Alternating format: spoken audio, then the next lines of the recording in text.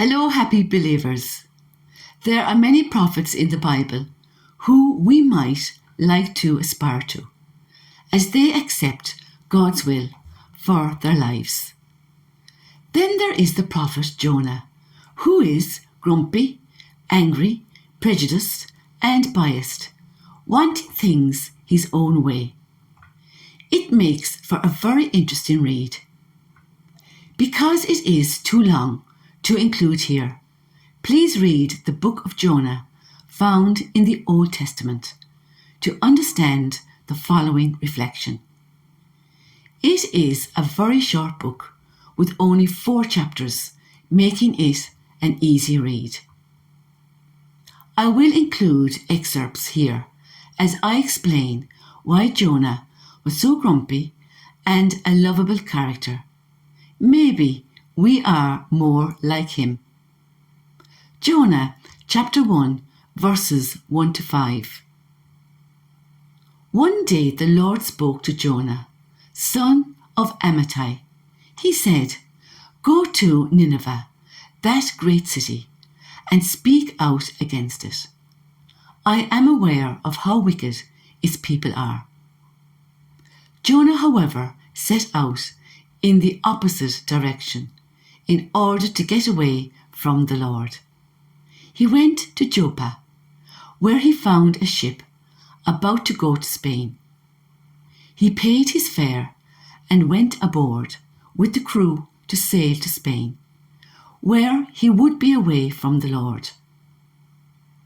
But the Lord sent a strong wind on the sea, and the storm was so violent that the ship was in danger of breaking up. The sailors were terrified and cried out for help, each one to his own god. Then, in order to lessen the danger, they threw the cargo overboard. Meanwhile, Jonah had gone below and was lying in the ship's hold, sound asleep. Reflection. God spoke to Jonah and made it very clear that he wanted him to go to Nineveh and speak out against them, to tell them some truths, because they had turned against God and the people had become disobedient and wicked. Nineveh would have been seen as an enemy, and Jonah wanted judgment rather than mercy shown towards them. Nineveh was Israel's deadly enemy. Jonah was angry, bitter and resentful towards them because of their history, and thought punishment would be more deserving. He was stubborn. It was as if he could not get his head around God's ways, giving people a second chance by being forgiven and merciful. He knew God would be merciful and not destroy the city.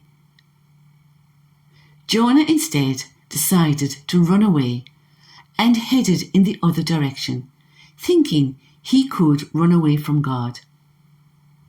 Jonah found a ship that was heading to Spain, thinking this will take him further from God again. Jonah went to the ship's hold and fell asleep, possibly relieved, thinking all was sorted. God and his will for him now a good distance away. Worry-free, he slept through the violent storm, while the sailors were terrified. They all prayed to their own God. Their God was not the God of heaven, who Jonah worshipped. They chose other gods, pagan gods. The sailors, being used to the sea, realized this was no ordinary storm and began to question Jonah. Jonah said in chapter 1, verses 9 to 10, "I am a Hebrew."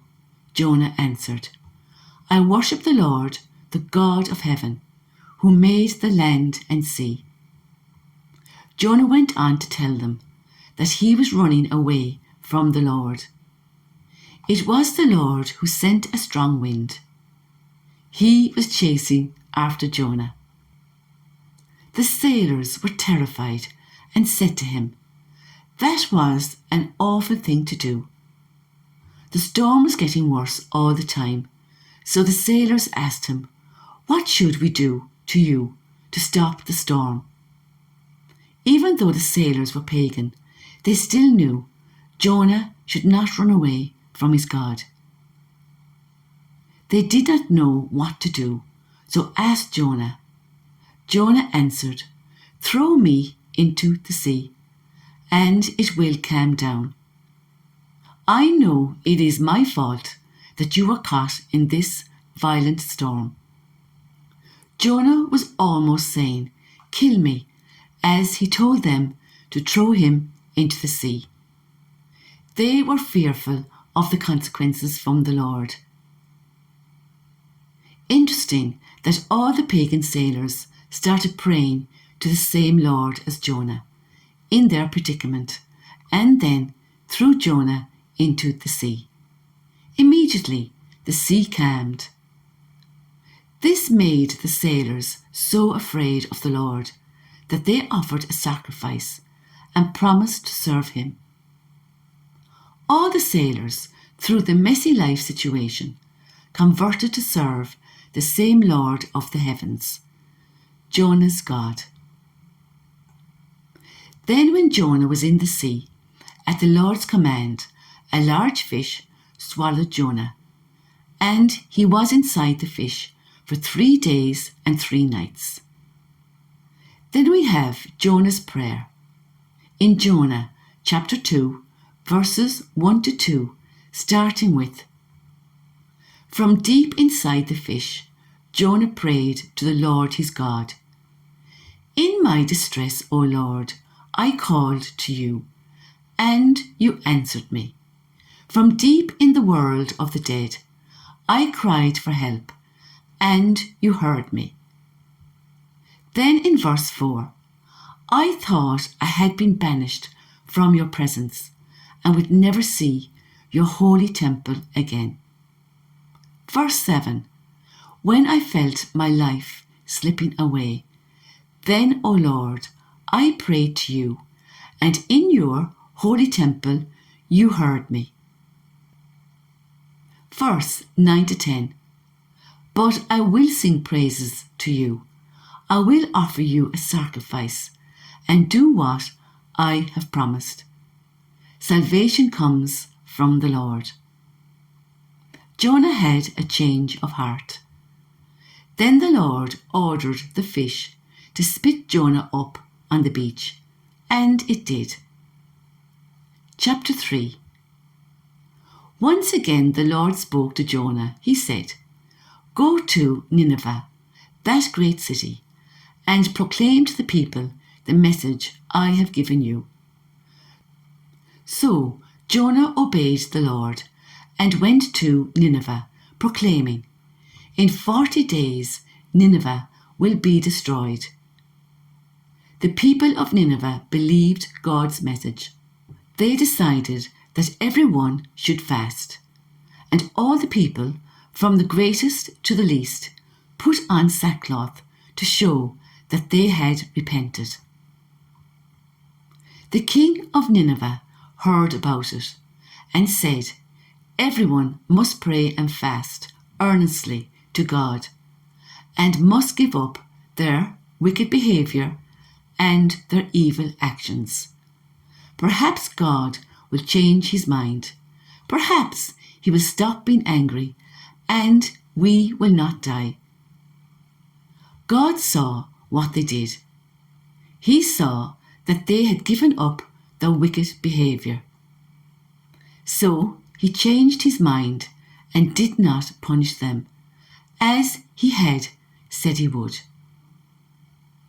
Jonah had a very strong will. What Jonah did not want to happen actually happened.